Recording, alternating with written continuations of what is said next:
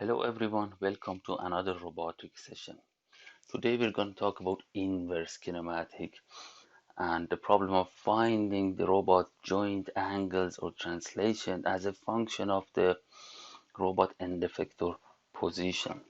Previously we talked about Jacobian and some interesting features of the Jacobian. For instance, we can understand when the robot is singular, or by looking at Jacobian see if the word redundant or not. And we're going to use these concepts today and while we are developing the inverse kinematic function of a robot.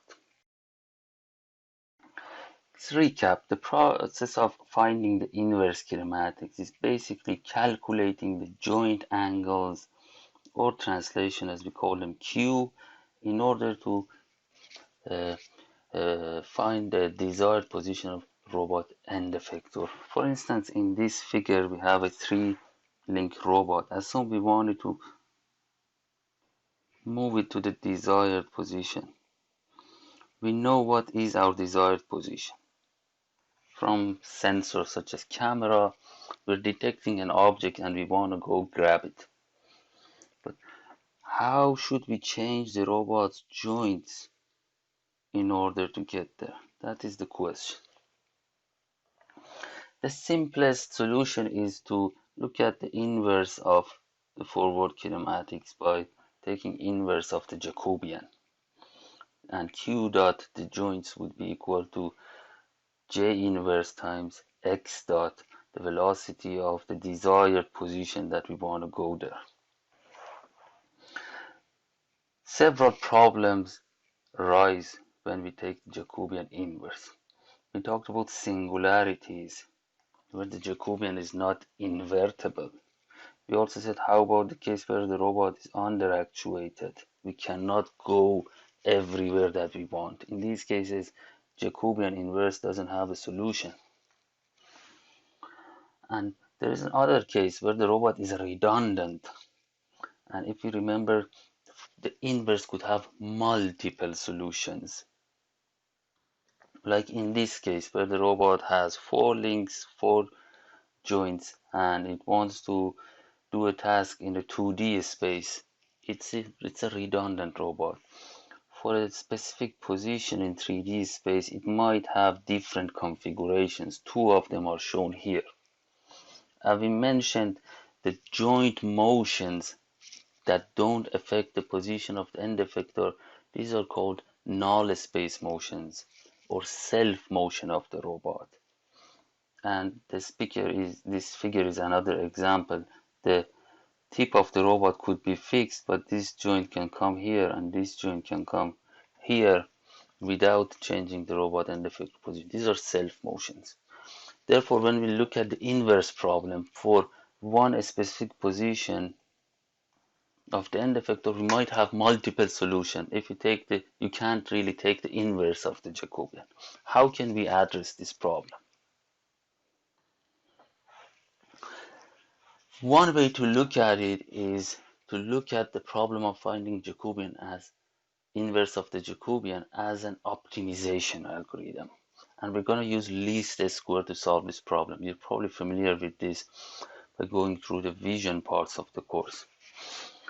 Consider the forward kinematics given by this equation, velocity kinematics. And we want to solve the equations for Q dot. How can we do that? We can write it as an optimization problem. Basically, we need to find Q dot while satisfying this equation. If you write it as a cost function, it could be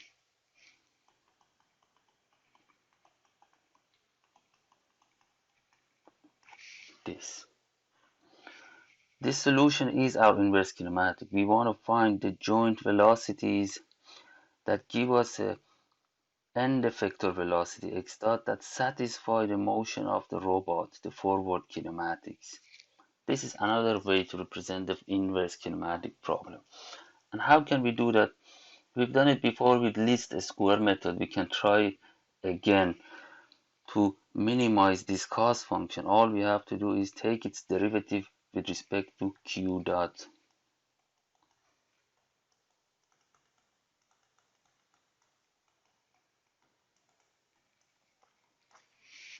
This is a simple minimization algorithm, and if we solve this, you can see that taking the derivative, we will have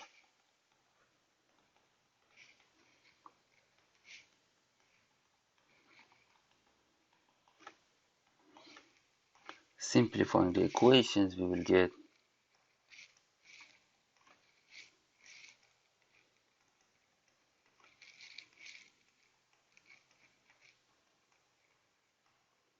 x dot. So this gives us now the Q dot as a function of x dot, the exact inverse kinematics that we were looking for. And instantly you can see it solves our problem that we previously couldn't take the inverse of Jacobian. Now here we don't need to take inverse of Jacobian. We're taking the inverse of J transpose J. And it's easy to say that J transpose J is a symmetric matrix by just looking at its dimension. If you remember, J is an M by N matrix. So J transpose is actually N by N. It's a square matrix, so it is invertible, considering there is no singularity right now. Then we can simply find Q dot as a function of x dot. If you remember, we called this matrix pseudo-inverse. There is another way to calculate the pseudo-inverse. If we play with the matrix a little bit differently, we could also get that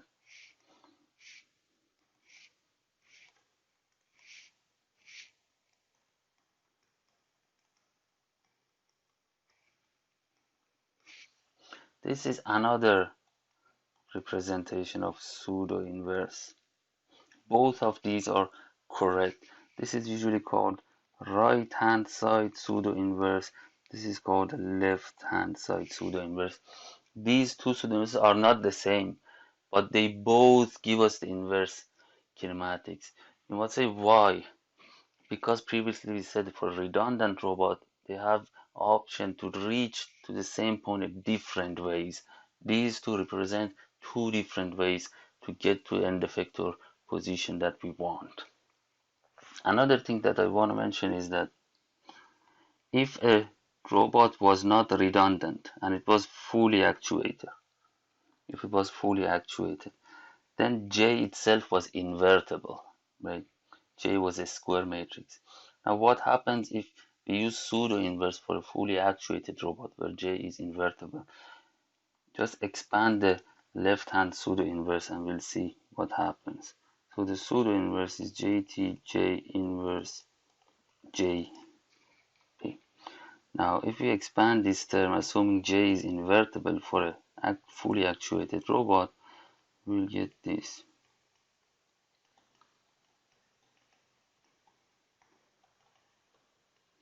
So interestingly, for a robot where Jacobian is square matrix, J pseudo-inverse is equal to the inverse. And that makes sense. So we can use this pseudo-inverse equation for both fully actuated robots and redundant robots. There are other ways to run an optimization in order to get the inverse kinematics. Previously, we assumed that our cost function is the forward kinematics of the robot and we tried to find the joint angles by minimizing it. Another way is to consider different cost function. Let's assume our cost function is kinetic energy of the robot's joints. It's a quadratic function, basically a square of the joint velocities multiplied by weight function. The weight function could be, for instance, mass of the links. Then this term is the kinetic energy of the robot's joints. And then we can solve the inverse kinematic by optimizing this cost function. Why do we need to optimization? Remember, a redundant robot has multiple ways to do a task. So we need to add some constraints in order to find the joints. We need to run optimization. Let's try to run the optimization now, assuming our cost function is kinetic energy of the robot. This is our problem. Find the inverse kinematics by minimizing the kinetic energy and assuming we want to always satisfy a constraint, which is the forward kinematics. How can we solve this? If you remember from your math courses, one way to solve constraint optimization problems is using Lagrange multipliers. We're going to use the same concept. In the method of Lagrange multipliers, we build a cost function like this. Our original cost function plus lambda times our constraints. Then we take the derivative of the new developed cost function, which is usually called the Lagrangian, with respect to q dot and the variable that we added, lambda. By equating these two equal to 0, we're able to minimize our cost function while satisfying the constraint. Just a reminder of how does this method work if you don't remember. The goal of optimization is to minimize a cost function. Let's say this is our cost function and we want to minimize it. The minimum is down here. We usually go in the reverse direction of derivative to find the minimum. But what if we have a constraint? A constraint is like a line here. The smallest value for the function while satisfying a constraint is where our constraint is tangent to our cost function. It's clear to see it in the image. We want to go as low as possible on the red curve while satisfying constraint remain on the blue line. The smallest we can get is here. If you look at it from up top, you will get this image. Assume we want to go down to reach to the smallest circle while remaining on the constraint line. The point that does this for us, gives us the minimum cost function while satisfying constraint, is where the constraint is tangent to the cost function. This Lagrangian gives us the same thing. If you look at the Lagrangian,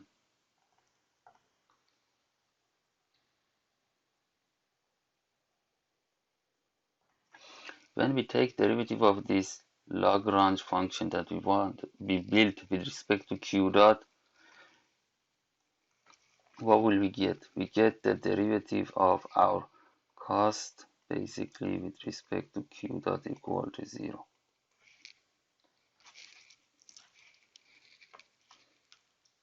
We get the derivative of the cost with respect to q dot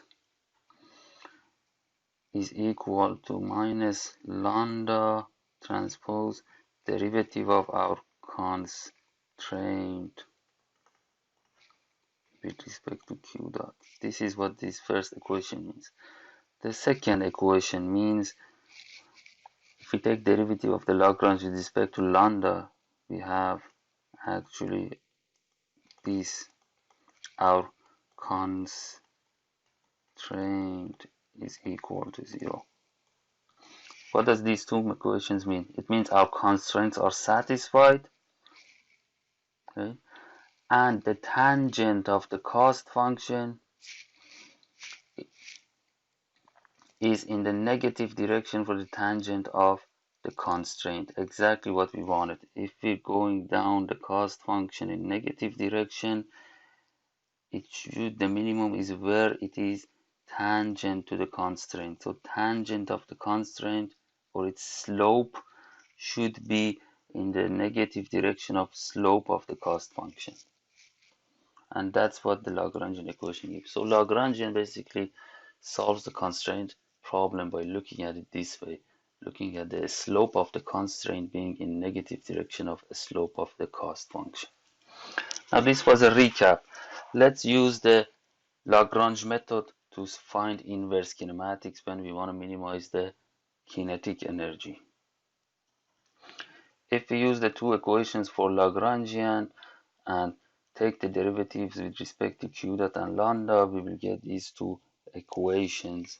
You can easily check this at home. Now the next step is to find lambda from find lambda by and q dot between these two equations. Now to do so, we insert q dot from equation 1 into equation 2, and this will give us this equation.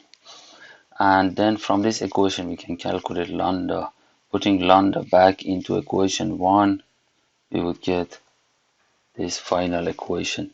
This is a new type of inverse kinematics. Sometimes we call it a weighted inverse kinematics. This function gives us q dot as a function of x dot, and it's a bit different from the previous pseudo inverse. And one thing to notice that we have inverse of w, our weight function here, which is fine. Previously we said that w is a weighting function that we pick. By definition, we can always pick some positive definite function that is invertible. The inverse kinematic is given by these equations. Sometimes this is also called as weighted pseudo-inverse. This gives us inverse kinematic equation. And remember, so far we have assumed that there is no singularities. We're just having a redundant robot. We want to solve the inverse kinematic. And it's easy to see that the weighted pseudo-inverse and the pseudo-inverse that we calculated from least square are almost the same.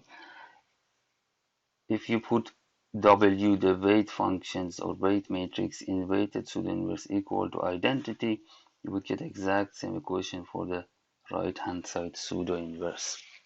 So these solutions are similar, and intuitively we know that the redundant robot can do a task in different ways. We're trying to run different optimization algorithm that give us one of those possible solutions, and sometimes these solutions are the same, sometimes they're different. If we add a weight to the kinetic for minimizing kinetic energy, it would be different. If we remove the weights, it's similar to the least square method that we use. So these methods can be sometimes similar, and none of them is usually unique, because for redundant robot we have different ways to do a task. Pseudo inverse is sometimes called more Penrose inverse as well, referred to the two guys that derived the pseudo inverse equation for the first time, and it has some interesting features. You can check here. It is not exactly an inverse, so if you multiply the matrix by its pseudo inverse you won't get identity, but it has some nice features.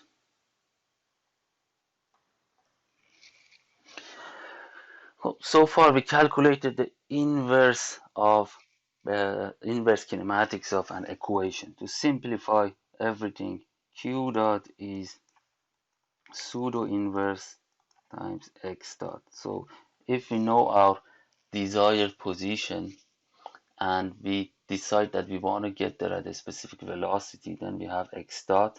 Using this equation we can calculate q dot, what should be the joint velocities to get there. The inverse of Jacobian can be derived in multiple different ways. It could be a weighted function, so you can minimize the energy while solving the inverse kinematic, or it could be just a pseudo inverse or more Penrose inverse, when we don't really care about minimizing the energy. We just want to find one of the ways that's possible to reach a point. So far we didn't talk about singularity. We assumed that you have a redundant robot and there is no singularity. What happens if there is a singularity? That's what we're going to talk about in the next video.